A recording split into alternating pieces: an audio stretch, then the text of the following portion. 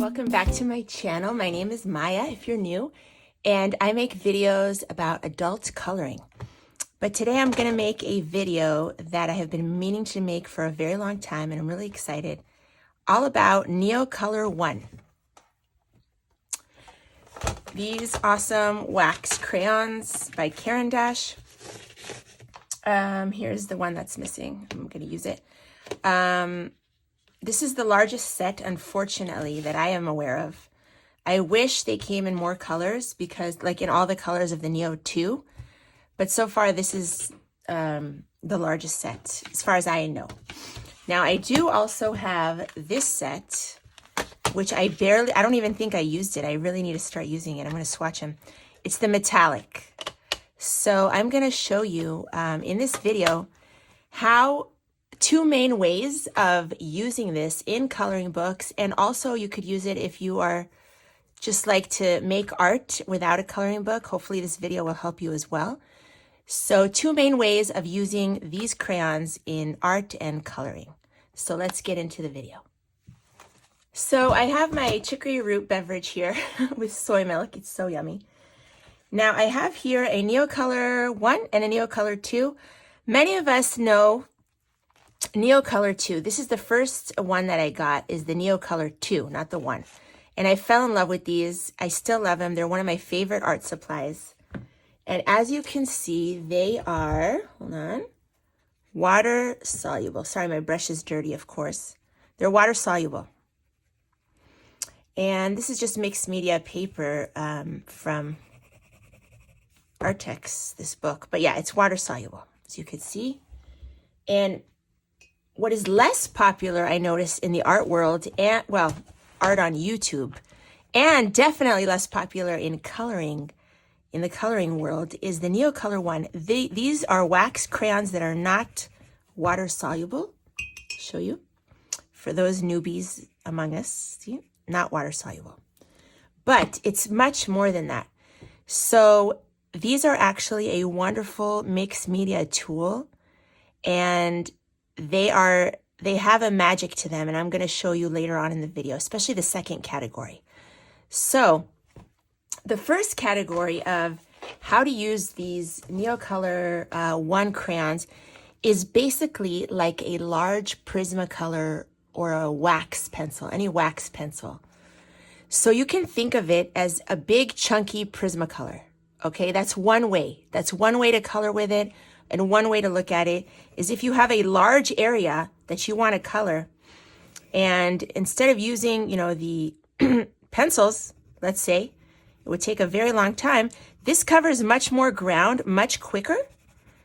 And so it's basically, you can use it in conjunction with your wax pencils like Prismacolor, or just use it on its own, or you can mix with them, because you can because it's a bigger nib, like a bigger point, you can cover more ground. So for larger areas, you can use that. I'm going to show you an example. So in this book, Garden of Fairy Tale Animals by Kanoko Egusa, I did a double page spread, and all these trees and the bottom of the hill here, or the island, all the brown actually is a little bit of Prisma, but mostly Neocolor I. Because it was just a big area, I wanted to work it a little quicker. I tried using the Neocolor I, and it worked in conjunction with a Prismacolor. So that is one example. So that's where I use Neocolor I.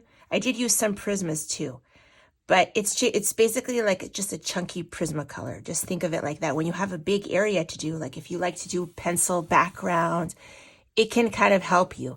Even here, I think I may have used it, because, it's just a bigger area. So that's one example. Another more recent example, and some of you may have seen this in my coloring update videos. I showed this clip, part of it, where I did this page, and right here, if you see here these leaves, the big chunky leaves, I used some Prismacolor, but I also used a lot of the Neocolor I crayons. Because the leaves are very large, these are big illustrations, it just goes quicker than if I were to use a pencil. So I did use the Neocolor I, and I did base, there is watercolor underneath, just regular watercolor underneath, and then I use the crayons on top. So crayons can work on top of the watercolors. So that's one way to look at it, is just a big chunky wax pencil to cover more ground. So that's one way. And many of you guys saw this clip in my coloring updates, but whoever didn't see it, I just wanted to show it again. This is me shading on top of watercolors with the Neocolor I. I did use a black Prismacolor here as well, but I think mostly I used the Neocolor I, and you could see the leaves come to life. And it just went much faster than if I were to do this with pencil, basically. So that's what this clip is showing right here. And then I'll just show you the rest. The end of the clip is where I'm just adding a little bit of pink to the tops of the leaves, also with the Neocolor I wax crayon. So the second way, and that is even more exciting, especially if you're a mixed media artist or you like to do mixed media or you do mixed media coloring. The magic of Neocolor I is that it goes on top of a lot of stuff. Like it goes on top of acrylic paint, a thick layer of craft paint. And many of you guys know that I love to use, hold on, let me show you. The Gansey Tambi paints, it's very difficult. Well, it's very difficult to go on top of these with pencil. Same with the Inktense paints. If you guys know the Inktense paints, they're not watercolor, neither are these. And it's very difficult if you have a thick layer to go on top with pencil, basically, to do pencil shading. So that's why I don't really recommend this for basing. It's just, but what does go on top of the Gansey Tambi and the Inktense and acrylic paint is the Neocolor I. So let me show you the Neocolor I. It goes on top of everything. So this is lilac. You see here, this is acrylic craft paint. It's going on top. Gansey Tambi goes on top very easily. And with pencils, it's a little harder. Inktense paints. Oh my God, these are very hard to go on top with pencil. And look how easily that goes on top. These are Artec Simtap. If you do a thick layer of this, it can be difficult to go on top with pencil.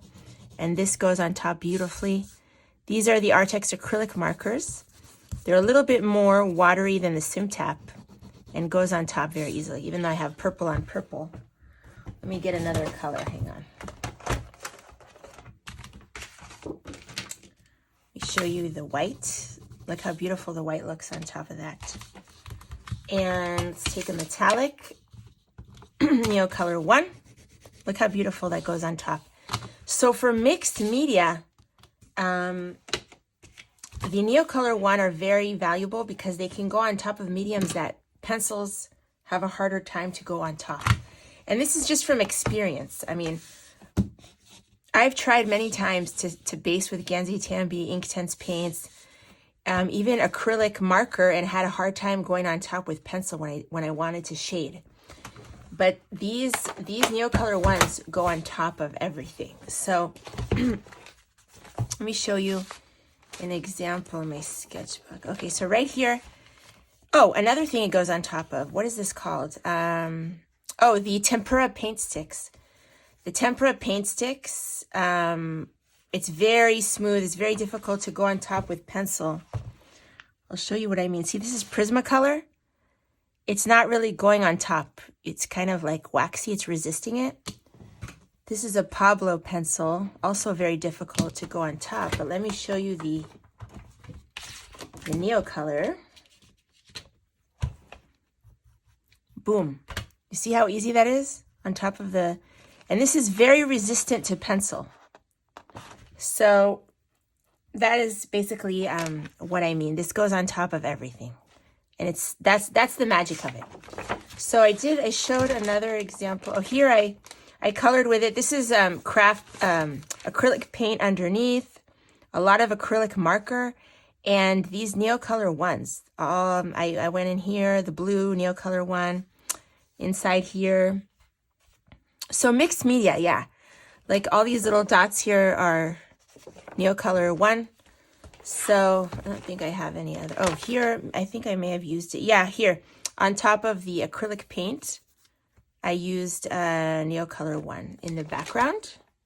Oh, here, right here, I based this entire page with acrylic, and I went on top with oil pastels. It was difficult. It's difficult to use oil pastel on top of acrylic paint, but these worked really nicely on top. So you can just see, like, no problem. So they work on top of acrylic. That is definitely a magical thing about them.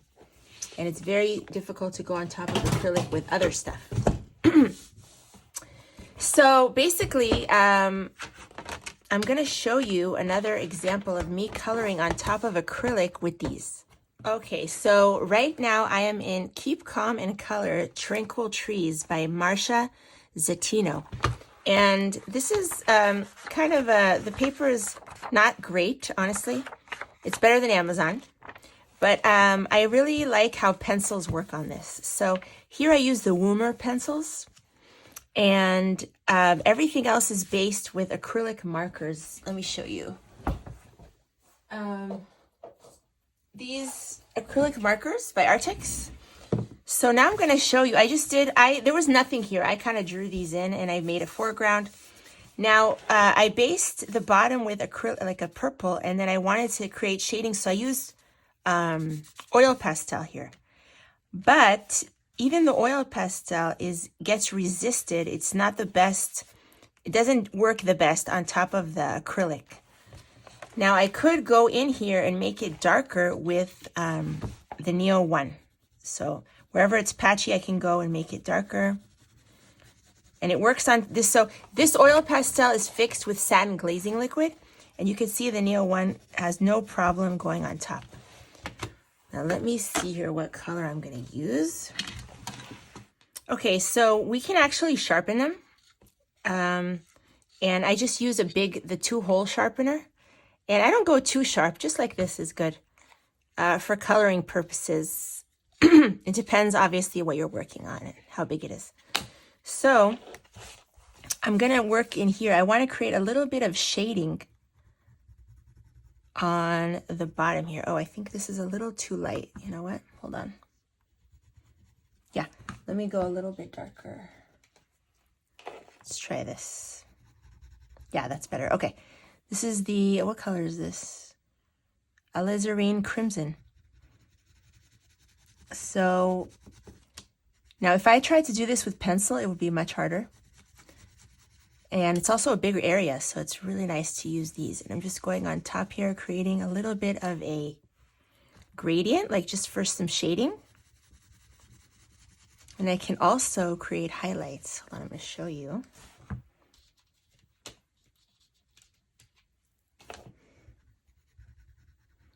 Going on top, you are able to layer them also. So I'm going to show you a little bit of a highlight. Let's do a little highlight here.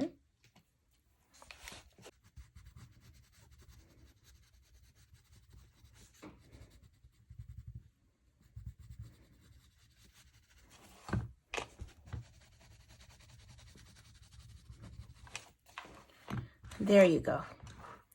Let's do the rest here. I'm going to speed you up for this. So yeah, I'm just adding the shadow there with different colors depending on the color of the background of the mountains. So I'm adding the darker on the bottom. You can see it works wonderfully on top of the acrylic. And then I took the cream, which is really nice. You could also use white or the light pink to add like a highlight on top of the mountain. That way it doesn't look as flat. As you can see, it was really, really simple, really easy. And I could do over here, I could add a little cream in the horizon if I wanted, or white to go a little lighter. And then I could add a little bit of darkness up here, which I might do. But I just wanted to show you like a quick example and how easy it is. And that would be very, very hard, if not impossible, to do with pencils.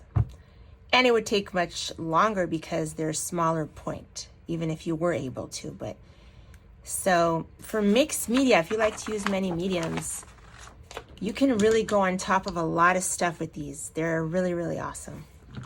Now, I want to say, don't go out and buy them just because you saw this video. That's not what I'm trying to say. If you already have them and you don't know how to use them, then it's great. If you do a lot of acrylic and you want something to work on top, then I wanted to show you another example where I use the Neocolor I.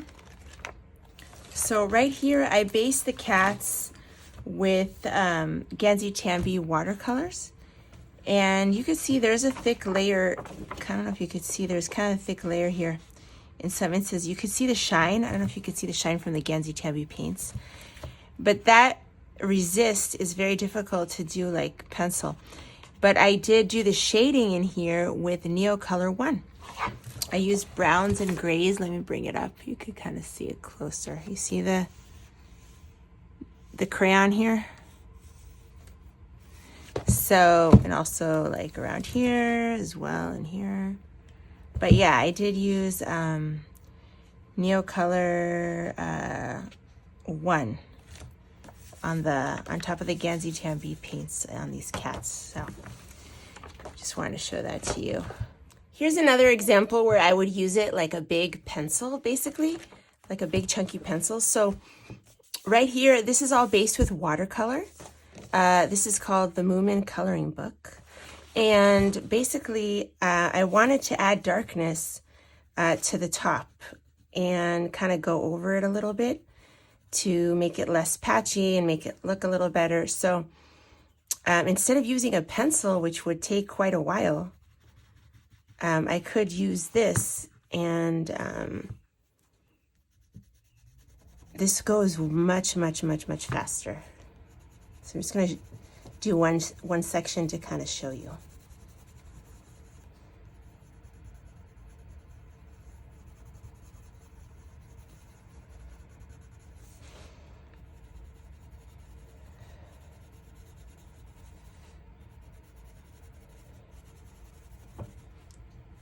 Sorry that I'm quiet. I'm like trying to focus. Just wanted to show this to you. Might need to sharpen that a little bit more.